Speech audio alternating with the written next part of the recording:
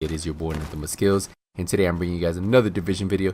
Today's video is going to be focused on the build I still think is the best PvE build in the game for either solo or team play. Now, yes, there's a lot of great builds out there, but if you look at this video right now, you can see that this build does a lot of damage and has a lot of sustainability because you get those stacks up. It still works great in PvE. Now in PvP, this build did get nerfed, but in PvE, the 6-piece classified striker set is still amazing, and if you spec it for PvE, it's just amazing. We're going to get into this build in just a second. Remember, if you guys have any questions after watching this build video, use the comment section down below. If you found this video useful, hit the thumbs up, and if you're new to my channel, first time watching one of my videos, hit that subscribe button. So let's get into the build. The first thing you're going to notice is my primary firepower is 279,000. That's firearms of 5,300. My toughness is 506,000. That's stamina of 6,500. And my skill power is 119,000.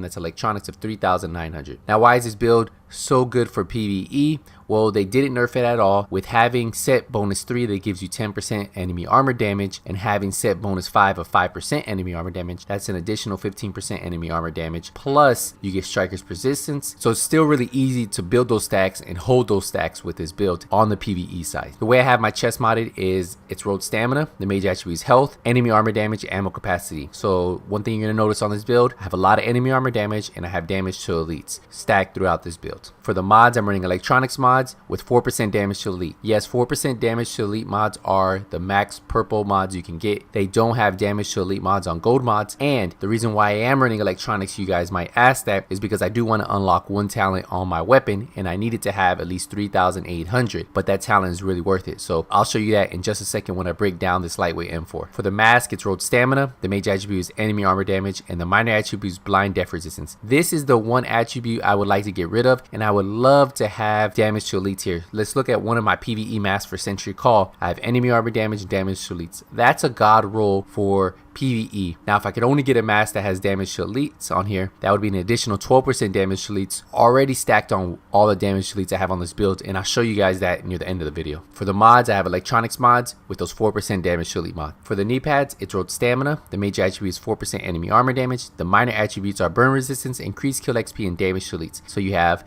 damage to elites on here, and you have enemy armor damage. Like I told you, those are the two things you want to stack on mostly every single one of your PvE builds. Now, I could get rid of increased kill XP, but since this is a PvE build, it really doesn't bother me too much. For the mods, I'm running electronics mods with 4% damage to elites, and for the performance mods, I'm running 5% support station healing speed. Now, this build is spec'd for solo resistance. If you guys want to get to wave 10 and then open up that resistant cache 3 times, this is how you want to have it spec'd. A lot of times, if I'm running solo, I'll run a support station. If I'm running in a group and we're doing legendary missions or we're doing any other incursions, then I'll switch this out to 6% first aid self-heal and then run an overdose. For the holster, the major attribute I have on here is 4% critical chance. Now, this is really up to you. You can put health on here, you can put skill haste, just depending on how you want to spec your build. I want to hit a little bit harder with this build, and I want to have a chance of hitting those critical hit damage shots, right? So that's why I do have 4% critical hit chance on the holster. For the mods, I'm running those 5% support station healing speed mods. For the gloves, it's rolled firearms. It has enemy armor damage and assault rifle damage.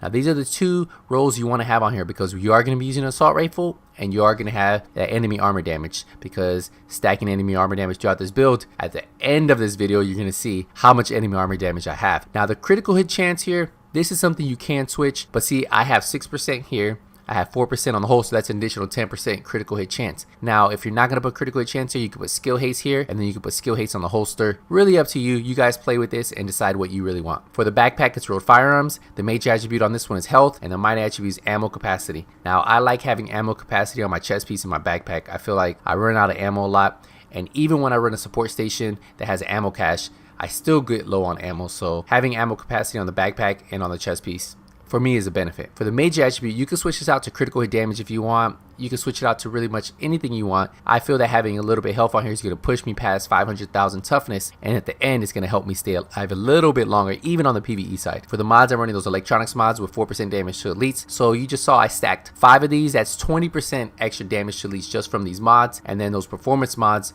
5% support station healing speed. I stacked 4 of these, so that's 20% support station healing speed. So that's why it's really good. If you're going to run a support station, I would put these support station healing speed mods on. If you're not, and you're going to run something like an overdose, 6% first aid self-heal. Now, for the weapons that really make this build, my lightweight M4 has 24% enemy armor damage. All assault rifles come with enemy armor damage. That's why running an assault rifle in PvE is really good. No matter what assault rifle you run, you always have that enemy armor damage, and enemy armor damage is really good against NPCs. This one is fully optimized, 24% enemy armor damage, base damage 18.6k. Now the talents I have are great for PvE. Predatory, killing a target regenerates 35% health over 20 seconds. This is going to be really good, especially since I have a build that has survivability and it has high DPS. The great thing about this is the healing on the striker. If I do get a kill, then I'm going to have predatory active, and that's going to regenerate 35% of my health over 20 seconds. Every time I get a kill, it's just going to keep resetting. Now, the two talents that are great for PvE, and I always recommend using them for PvE, ferocious damage against elite and named enemies is increased by 10%, and that's why I do have 3,832 electronics plus, because I want to have this talent unlocked. Now you could have ferocious in the bottom slot, destructive in the middle slot, and then predatory, and then you could put more into stamina, but I kind of like having electronics, honestly. I like having that heal. Like if I run an overdose, my heal is going to be pretty good. And then I love having electronics for my skills, right? So having 3,900 electronics really doesn't bother me too much. And for the PvE side, I've been running it like this since day one. And then of course, that last talent I was talking about, destructive armor destruction values increased by 15% when using this weapon. So if we check out how I have the lightweight M4 modded, I have the C79 scope with 18% critical damage, 5.5 headshot damage, 2.5 critical chance. I have a rifle suppressor with 18% headshot damage, 4% critical damage, 3% critical chance. The small grip, I have 19% critical damage, 2% accuracy, 2.5 stability. And then for the extended magazine, I have 120% magazine size, critical hit chance, and critical hit damage. Now you could put rate of fire on here instead of critical damage. Now for my secondary, my house is modded for PvE. So this one isn't fully optimized. The base critical chance on this one is 21.5. The base damage is 16.8k. Now the talents I have are built for PvE. So I have predatory, killing target regenerates 35% health over 20 seconds. What I could do, if I want this to hit really hard, I could take off predatory, put ferocious. I would have ferocious on here, and then I'll get the extra 10% damage. But since I want to have a gun that is my backup that can still give me predatory and have that ability active, that's why I have predatory on here. Now I have destructive armor destruction values increased by 15% when using this weapon. Another great talent for PvE. And then of course, every house comes with card counter. The way I have this mod is almost the same as my lightweight M4. I have critical hit damage, critical hit chance, optimal range. Now you can switch out the optimal range for headshot damage. I have a loud vent break with 18% critical damage, 6% headshot damage, 2.5 critical chance. A small grip with critical hit damage, reload speed, accuracy, and then an extended magazine with magazine size, critical hit damage, critical hit chance. Now for your abilities, your skills, your talents, this is what you can really switch up on this build, just depending on what you're doing. So this is how I have it spec'd for when I do solo resistance. I run an ammo cache support station. This is going to come back every 34 seconds, and it's going to heal me at 3,600 health points per second. Now I stack that with a turret because in resistance, a lot of times you're backed in a corner and you have something to slow down those shotgunners. This is going to come back every 60 seconds. The lifetime of it is 45 seconds. So there's 15 seconds I have to make up for. But I run one talent that extends my flame turret and extends my ammo cache. We'll talk about that in a second. And I always run a recover link when I'm running solo. It's like your backup plan, right? Now, if I'm running in a group, I'm not going to run a support station. Most likely we have a medic. I'm going to run something like a first aid, overdose, and then I'll have those 6% first aid self-heal mods throughout my build. For talents, these are the same thing. You can change up your talents depending on what you're running. When I'm running solo, I run critical save, use med kits during low health to increase damage resistance by 20% for 10 seconds. I run tech support. Now this is what I was talking about, that the lifetime on my flame turret and my ammo cache is going to be extended because of tech support.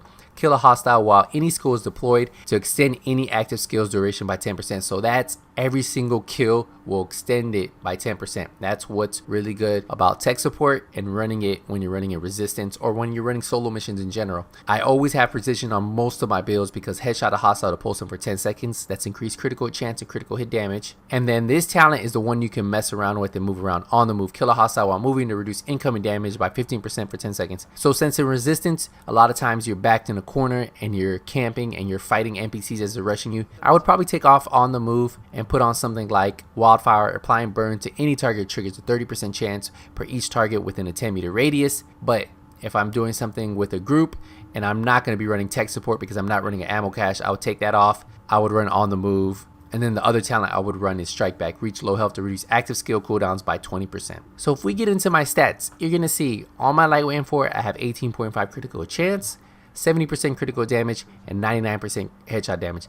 That's a lot of damage without having any enemy armor damage and without having damage to elites and just having the stats on my build. My damage to elites is 46%, so I'm almost hitting 50% extra damage on elite and named enemies. And look at my enemy armor damage, 80%. So I'm eating through that armor. That's why having enemy armor damage and damage to elites on your builds, you hit so hard even with only 5,300 firearms. And then you stack that with striker. When you build those stacks up, you can see how hard you're hitting. Now, like I told you, if I had the extra 12% damage to elites on the mask, that would be 58% damage to elites, right? Because that's the max you can get on a mask. So that's where I'm missing on this build. I could have almost 60% damage to elites stacked on this build with enemy armor damage of 80%.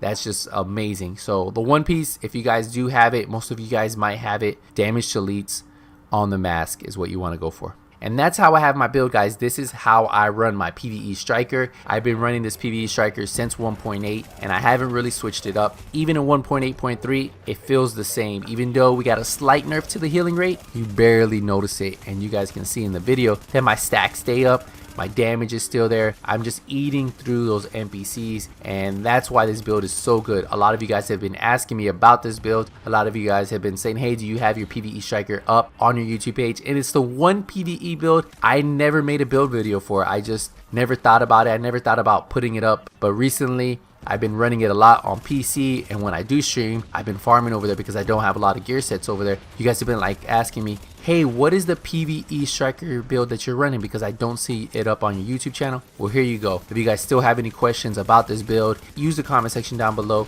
Remember, you can always watch me live on Twitch. It's twitch.tv/nothingbutskills. If you guys enjoyed this video, hit the thumbs up. If you're new to my channel, first time watching a video, hit the subscribe button. Turn the notification bell on so when I do release a video, you guys get notified. And thank you guys again for supporting every video, even when it's not the division. I truly appreciate it. Thank you guys again. And as always, if you don't see me in Last Stand, if you don't see me in Skirmish, if you don't see me in the Dark Zone, it's only a matter of time. Nothing but skills out.